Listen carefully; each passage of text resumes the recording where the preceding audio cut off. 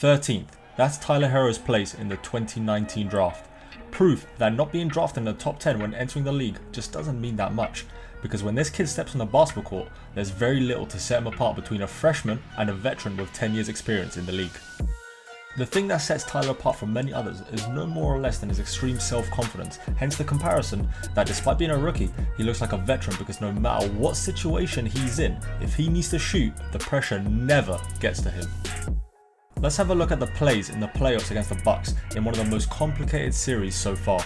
Giannis had been injured in Game 3 during the first quarter. It wasn't until he came back into action for Game 4 where he was dominating the Heat in the first quarter until he got injured again.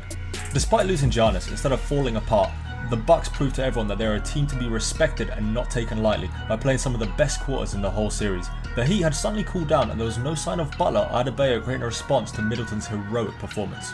That is until Herro got fed up and decided to put the team on his back, offensively speaking of course, and keeping the Heat in the game still. With only 1 minute left to finish the game and his team down by 2, Herro fires off an in-motion catch and shoot triple, giving Miami a 1-point lead. The game will still end up going into overtime, where the Bucks knew exactly what they needed to do and how to assert their dominance, but Tyler kept putting pressure on them with triples like this to continue giving his team a chance to stay in the game. And after Middleton dropped another bomb in his face, Herro then responded with another triple. This was a crucial shot because he barely consumed any clock time. We already know that the Milwaukee guys ended up winning the game, but it's impressive to see how a 20-year-old kid in his first season is able to make such a contribution to a team which has a real chance of winning it all.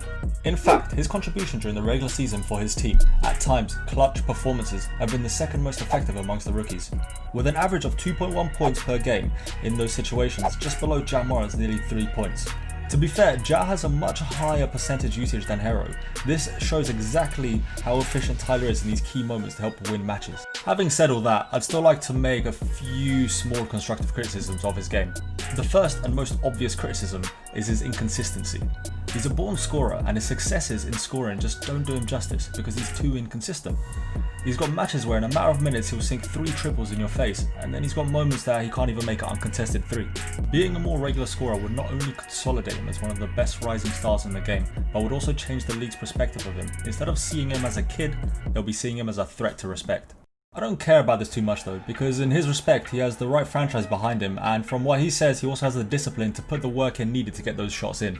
There is something that has punished him quite a bit, and that is thanks to the great versatility of the Heat, that he's been able to camouflage quite well during the regular season, but in the playoffs, it's like he's been pulled out of the darkness and chucked into the light. The final criticism I have to make about Tyler Herro is no more or less than his defense. His scouting report made it very clear he does not have an elite level of athleticism, so when Herro does guard an elite athletic 2 guard, it becomes a challenge, could struggle to guard against NBA quickness. And it was made very evident against the Bucks that this aspect of his game requires a lot of attention and progress. So guys, I hope you enjoyed today's video and don't forget to subscribe to my channel if you're already not, and as always, I'll see you next time.